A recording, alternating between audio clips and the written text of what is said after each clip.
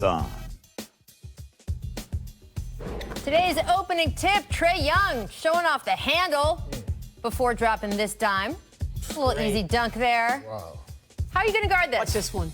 Watch this one. How do you guard that? Becoming one of the best PGs in the league right now. Look at that. Ooh. Unbelievable. It's one thing to shoot the way he shoots, but to pass a ball like that, too. And this was not his best play of the game. We will show his best play of the game in a little bit. That's just a little appetizer for you. Welcome to The Jump. I am Rachel Nichols, joined by the Hall of Famer Jackie McMullen. And, hey, look, it's NBA champion Kendrick Perkins is back in the building. Welcome. Kendrick is fantastic, A, because he's so much fun, B, because he's so smart, C, because he played in the league so long and has a ring, and D, because he played with everybody. So you are going to give us personal experience on pretty much everyone in the show today. We will get to that in a minute. Coming up, we will dive into Trey Young's big game last night. Is it fair to compare him to Steph Curry in year two? Kendrick has thoughts on that as well. They just might be the opposite of what you think. Stick around for that. Kawhi Leonard is scheduled to play tonight as the Clippers face the Rockets. This is notable because it's a Wednesday night on ESPN, and Leonard has missed the past two Wednesday national TV games to not a small amount of controversy. And it's notable because it puts Kawhi, two-time Finals MVP and two-time Defensive Player of the Year, on a court opposite former MVPs James Harden and Russell Westbrook. The clash of Kawhi, considered the best perimeter defender in the game, versus Harden, who continues to score at rates that, frankly, can only be described as obscene. I mean, it has the potential to be spectacular. And honestly, the promise of that thrill is the reason fans get so riled up about load management in the first place. No one wants to feel robbed of what was sold to them on the schedule. Which brings me to the other LA team. The Lakers will tonight have LeBron James, who, despite being in year 17, a time in Tim Duncan's career when the Spurs would put DNP old, remember, next to his name. LeBron, on the other hand, routinely plays back-to-backs and recently told our Dave McMenamin, quote, "If I'm healthy, I play." He then added that if he needs rest, he'll get it when he retires. Quote, "I probably got a good 45 years to not play basketball," he said. So that's LeBron, but Anthony Davis is another story. He will sit out after piling up a series of recent injuries. It all started 2 weeks ago when AD jammed his shoulder on a missed dunk. Perk, look at this, and you can see it on the close-up a little bit more. Watch. Oh. Yeah, you can feel that when you watch it. Right. He kept playing through it, though, and then this past Sunday night, again, still playing with that shoulder. This was against the Raptors. He went for the block against Pascal Siakam and aggravated it more. The medical staff examined Davis on the bench, but decided he could stay in the game, which he not only did, he played 38 minutes, saying, quote, "Hey, there's never a play I don't feel it, the shoulder, but it happens, I want to play." Last night, that's what you're seeing video of now, as the Lakers faced Phoenix. He got hit in the ribs. He had to leave the floor, but just long enough for him to get taped up by the training staff. He returned to play again, a total of 38 minutes, and this is why. I just want to play. Like I said, it's tough for me to leave from the sideline. And so now it makes sense, obviously, but the more I can be on the floor and help this team win, that's what I try to do. Hard for me to lead from the sideline, he says. AD would undergo an X-ray before leaving Phoenix. To the team's relief, it showed no rib fractures. So yeah, technically AD could have been available to play tonight, and I actually bet that convincing him to sit took some work. Davis is aware he's still often referred to as injury-prone. Even though if you actually look at the numbers of his games missed due to injury, he has been much healthier in recent years. Last year, obviously, a little anomaly with the trade request. Still, perceptions are hard to shake, and we sometimes see players going overboard to prove critics wrong. Remember Joel Embiid last year? He was so eager to shed any perception that he was fragile. He overdid it during the regular season and was hobbled for much of the playoffs. It's going to be crucial for the Lakers to make sure that Davis doesn't fall into that same trap. Personally, I get the whole "I can sleep when I'm dead" philosophy, but the truth is, the human body is more vulnerable to major injuries when it's already stressed with little ones, which is actually part of the science behind load management in the first place. It's a complicated paradox. When stars sit too much, it hurts the league overall. If you keep telling fans the regular season doesn't matter, eventually they will believe you. But also, if stars don't sit occasionally, they are more likely to be off the floor later when it really matters, which also isn't good. Fortunately tonight, with LeBron, Kawhi, Harden, and Russ, we're going to get quite a show regardless, even despite that on yet another Wednesday, we'll have yet another superstar in a suit.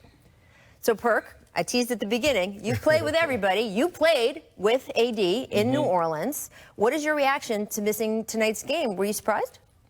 No, I'm not surprised, and I think the Lakers should monitor this very carefully. Far as with AD shoulder injury, this has been going on for about 5 years now. Yeah, far as with his shoulder. That's why he always wear that undersleeve under his jersey, that's the sleeve under his jersey. But they should manage this throughout the course of the season because, you know, he's actually hurt. So the load management does, you know, that I agree with this far as with Anthony Davis because he, as we see in these videos, he's hurt, he's injured. But he keeps fighting through it. That's AD. I remember in New Orleans, we used to have to force him to sit down when he had a strained shoulder or whatever the case may be. He wants to be on the court, but I think this is a great decision by the Lakers sitting them out tonight against Golden State. You know, after playing a big game last night in Phoenix against a tough Phoenix Suns team. So I think the Lakers are doing the right thing right now. By the way, how funny is that, how things change, how quickly the league changes. You've seen it so many times over the years. It was important to get him against that tough Phoenix Suns team, but against Golden State, Kendrick says you can afford to sit him out. Right. Give Kyle Kuzma a little action at the starting four. Yeah. So I'm gonna take it a step further, Kendrick. Okay. I think they should sit him for a week, maybe longer. You've just told me something I didn't know, that this is an injury that's 5 years old, that's a continuing injury. You know how shoulders can be, right? And they can devastate your career and your season. Now, Anthony Davis has never played 82 games. That's not his thing. You know, he has averaged, I think, 60. I'm taking the 10 games out from last year. It doesn't count. He's averaged about 66 and a half games over the course of his career. That's sort of the ideal load management in today's NBA, isn't it?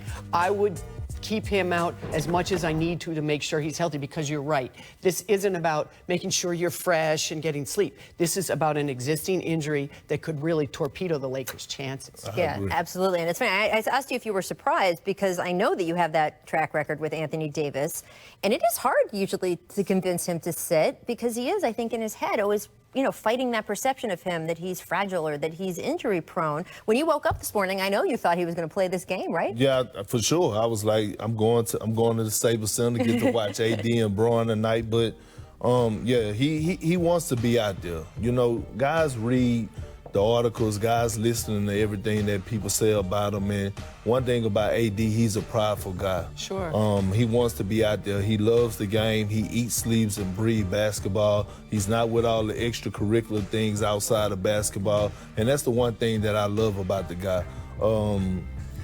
But he shouldn't be LeBron, though. See, LeBron wants to play 82, sleep when I'm dead, Warren's even, that's all well and good. But we also know LeBron should be sitting. He just should. Yeah. And I understand it, too. I understand that's the Warrior mentality. There's an old school mentality. Absolutely. But they should absolutely be sitting him as well as they go through the course of the season. And Anthony Davis should not be influenced by the guy next to him in his locker that are saying those things. I tell you what, Jake, good luck with that one. Well, again, Kendrick's played with both of those guys. You played with LeBron, and you know that anyone measuring themselves up to, oh, LeBron can do this, I should be able to do this too. LeBron just has a different physical standard than really anyone we've ever seen in the NBA. Well, I mean, the guy spends $2 million on his body every year. For as he gets treatment around the clock. I've never seen anything like it for us with LeBron. He makes sure the sacrifices he put into his body, and you know, the dedication that he has is unbelievable. And I've been around some great players, but the way he carries himself and the way he goes about it is just unbelievable. Well, there is an NBA owner who likes, Jackie, to your point of, hey, we should be taking this even further. This is Mark Cuban's opinion on load management. Get over it. Mark Cuban always has something to say. I think it's the best thing that ever happened to the league, Mark Cuban says. I'm all for load management. Worse than missing a player in a regular season game is missing him in the playoffs.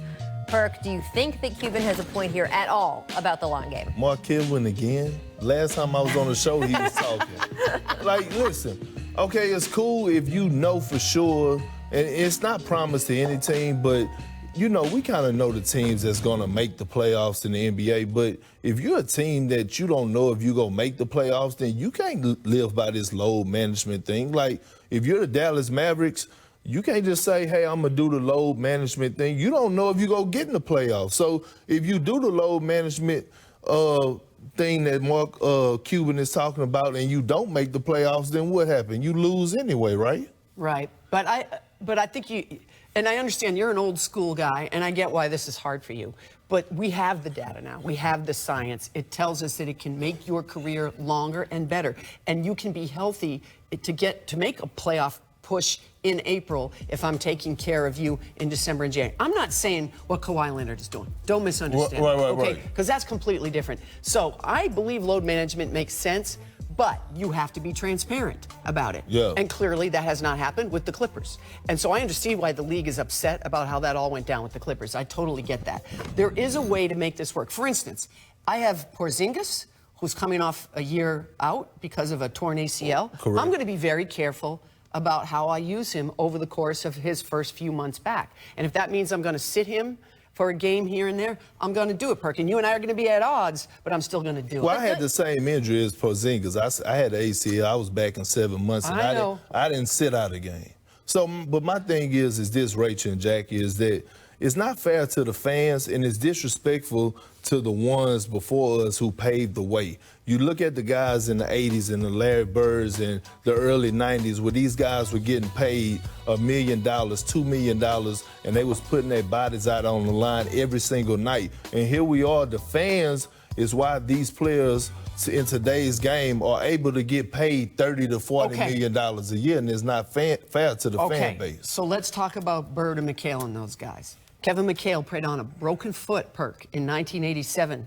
They told him the space would get bigger in his foot and he'd be permanently disabled. He is. Larry Bird used to play a playoff game, go to the hospital, and go into traction overnight, and then go back. Have you seen Larry and the amount of back surgeries and troubles he's had as he retired? That's what they're trying to save these players from. I think if you ask Kevin McHale and Larry Bird now, could I had a little load management? I think they would have said, put it in a big bowl and put some applesauce on top. Okay, but don't you think part of the problem, too, is the terminology and phrasing? And I agree with you on transparency, but sometimes in the first attempt at transparency, maybe we haven't gotten it exactly right, and what we call all of this would change the way people feel about it. First of all, there's a designation on the injury report that's a difference between load management for injury illness versus load management for rest. I don't understand that at all. I've gotten into arguments with people in the league office about that. If it's just rest, you can take a nap at a different time of day. You don't need to rest. All load management should be revolving around health. It's all around injury, right? Kawhi Leonard's load management, which is the most extreme that we have seen, is about preventing injury. It's not because he's tired. It's not because he needs to rest. It's because his body and the condition in his leg is clearly sensitive enough that if he plays a full 82-game schedule, he said it last year, I would not have made it through the playoffs. They would not have won a title. So it's not rest to me. It is injury. And if you want to call what he sits out with, we expect tomorrow to be knee or leg instead of load management, that would be accurate. And I just think that would make fans understand and feel better. And I don't know if players have a problem with being called injured if they feel they're not, or if that's sort of I agree with that. I just wanted to add some humor to it. I guarantee you if Larry Bird and Kevin McHale was getting $35 million and $40 million, they'll be a lot more happier with these injuries. That is true.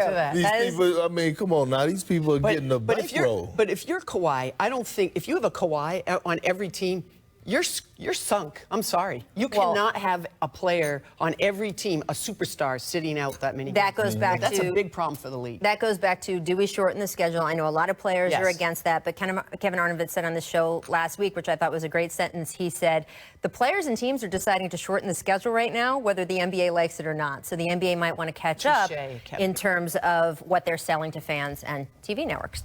Coming up, the Knicks allowed Kobe White to drain seven threes in the fourth quarter last night. Now, after falling to 2-9 on the season, have the Knicks hit rock bottom yet? How many times have I asked that question? We'll ask it again in the next segment. The last 2 days. Just in the last. First, though, this is our distant replay from this date in 1996, featuring Chris Webber. See, well. They've made them. Webber. Sometimes you forget how good C. Webber He was so good. Should be in the Hall of Fame. So, yes, over 7'6" Sean Bradley. So underrated. In the Hall of Fame. Love C. Webber.